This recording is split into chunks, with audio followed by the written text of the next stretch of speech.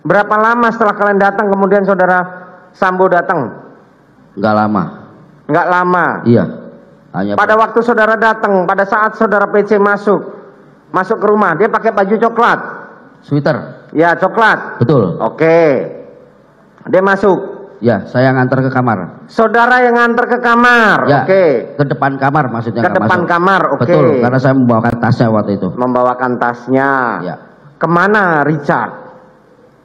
Waktu itu saya tidak merhatiin, seingat saya setelah aku nyalain lampu, nutup pintu, saya ke atas, saya sepintas ngeliat Om Richard ada di atas. Kenapa harus ditutup? Kan udah sore yang mulia. Loh iya, kan ada kodir. Waktu itu saya tidak melihat kodir, dan kebiasaan saya waktu kerja, itu saya nutup-nutup itu. Karena kebiasaan di rumah bos saya tuh nggak bisa ada nyamuk, kalau sore harus ditutupin semua. Saudara tuh lucu, kemarin CCTV kita lihat sama-sama. Siap? Kodir nampak. Iya. Saudara mengatakan di sini kodir, saya tidak lihat kodir. Waktu itu saya tidak memperhatikan, saya ngeliatnya waktu CCTV aja yang mulia. Hah? Waktu di CCTV saya baru ngeh ada kodir waktu itu. Baru ngehnya sekarang? Iya, waktu ada kodir, oh ada kodir saya gitu nih. Pandai memang saudara ini kan. Oke. Terus waktu saudara Sambo masuk, saudara ada di mana? Ketemu papasan di dapur. Papasan di dapur. Betul. Terus apa yang disampaikan oleh saudara Sambo? Langsung buka pintu, pintu dapur itu. What? Mana Joshua sama Ricky? Panggil gitu. Terus? Saya keluar. Awalnya saudara si Ricky sama si Ricky dengan si Joshua kemana? Saya tidak tahu. Saya turun kan langsung masuk ke dalam sama ibu. Lah kok saudara tiba-tiba bisa keluar mau manggil? Lah karena di dalam nggak kelihatan. Artinya sudah dibagi tugas memang si Ricky untuk jagain Joshua di luar. Kan begitu? Hah? Kalian sudah merencanakan dari awal. Tidak ada merencanakan yang mulia. Ya, kalau itu saya kan bahasa pribadi, saudara. Ya makanya kami nggak penting gitu loh. Kami hanya cross check saja keterangan saudara. Siap yang mulia. Kalau memang saudara tidak, kemudian setelah itu saya di garasi ada Om Ricky yang deket bak sampah itu. Saya bilang Om, panggil Bapak sama Joshua. Kemudian seingat saya Joshua ada di depan di taman. Sama Om Ricky dipanggil. Terus? Masuk depan saya ingat saya, Joshua masuk, nggak lama saya ikut. Siapa duluan masuk? Joshua. Joshua masuk dulu. Betul. Kemudian? Saya masuk. Saudara masuk. Ya. Kemudian? Ricky kalau nggak salah. Oke, terus? Setelah masuk, saya ngelihat Joshua lagi dimarahin. Dimarahin? Ya. Dimarahin gimana? Coba ceritakan. Waktu itu udah ada Bapak di bawah dan sudah ada Om Richard di situ. Terus? Waktu itu seingat saya, pendengaran saya, Bapak sempat mengatakan ke Joshua, kamu kurang ajar sekali kamu. Bukan. Kamu tega sekali sama saya. Gitu. Saya tanya, seberapa jauh saudara berdiri dengan Ricky? Kalau nggak salah berdampingan dengan berdampingan, oke. Saudara dengar sejajar berdampingan. Ya, tapi duluan saya yang masuk. Iya, tapi kan nggak jauh kan? Tidak jauh. Oke, yang saudara lihat dan saudara dengar apa saja? Jadi begitu masuk, Joshua lagi ngadep ke sini. Oke. Bapak marah-marah. Pokoknya yang saya dengar bahasanya seperti itu, kurang lebihnya seperti itu. Oke, terus? Saya bergeser tuh. Lagi marah-marah gini, Joshua sempat bilang apa-apa. Yang saya pahamin waktu itu apa tangannya begini. Saya bergeser dekat meja kompor waktu itu. Saya dengar sekali itu. Bapak bilang hajar Cat, ditembak sama Richard. Terus? Wah, nggak tahu berapa kali Joshua tengkurap di samping tangga. Jadi setelah itu Pak Sambo sempat lihat ke belakang, kirain saya waktu itu saya mau ditembak juga. Waktu itu saya ketakutan waktu itu kan. Terus? Karena saya berpikir Bapak sempat nengok begitu. Pikir saya juga mau ditembak waktu itu kan pikiran saya.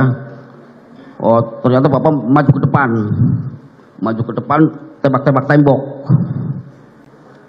Tembak-tembak tembok, Bapak keluar. Setelah tembak-tembak tembok, Bapak keluar. Romer masuk. Sebentar. Siap. Sebelum nembak tembok, kapan dia nembak Joshua? Saya tidak melihat Bapak menembak Joshua. Inilah bahasa kamu sama, Mariki.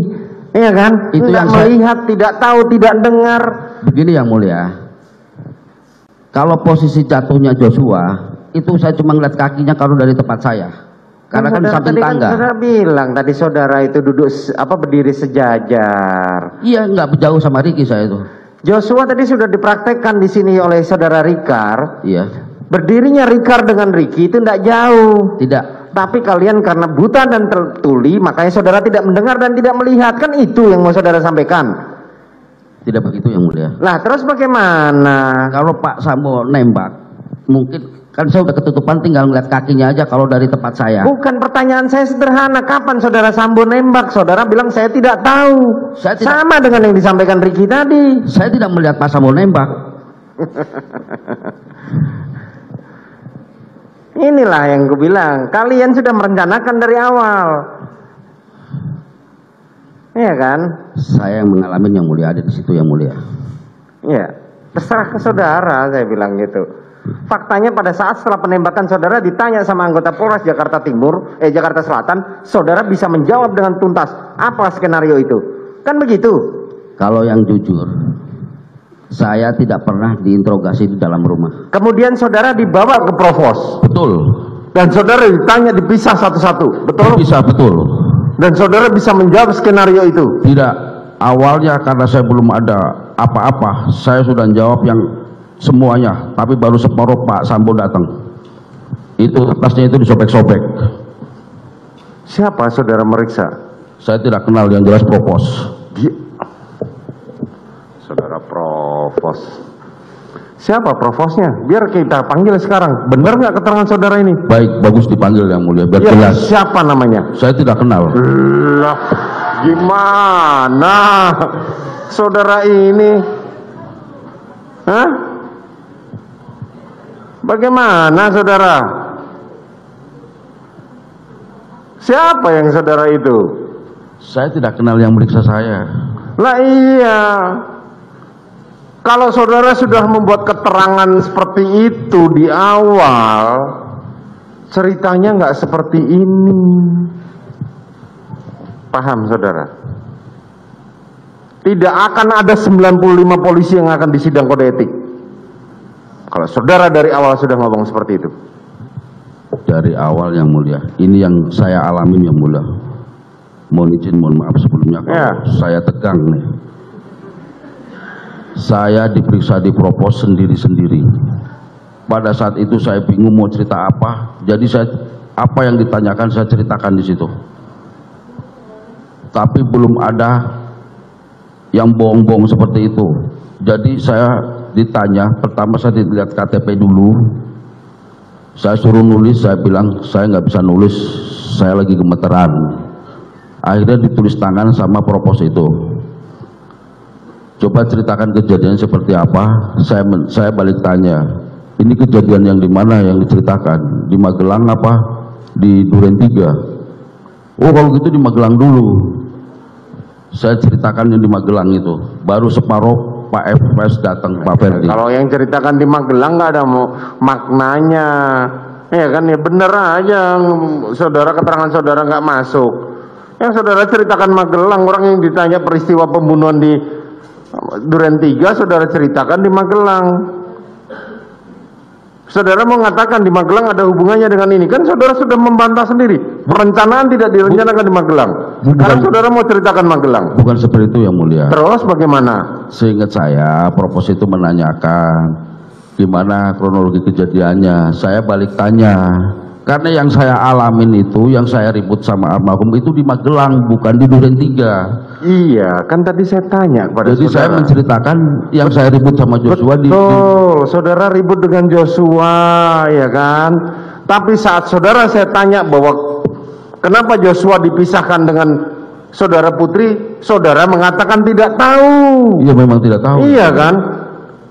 Sekarang saudara mau bercerita peristiwa Magelang seolah-olah ada koneksinya. Saya mau ingatkan saudara, kalau bohong itu konsisten.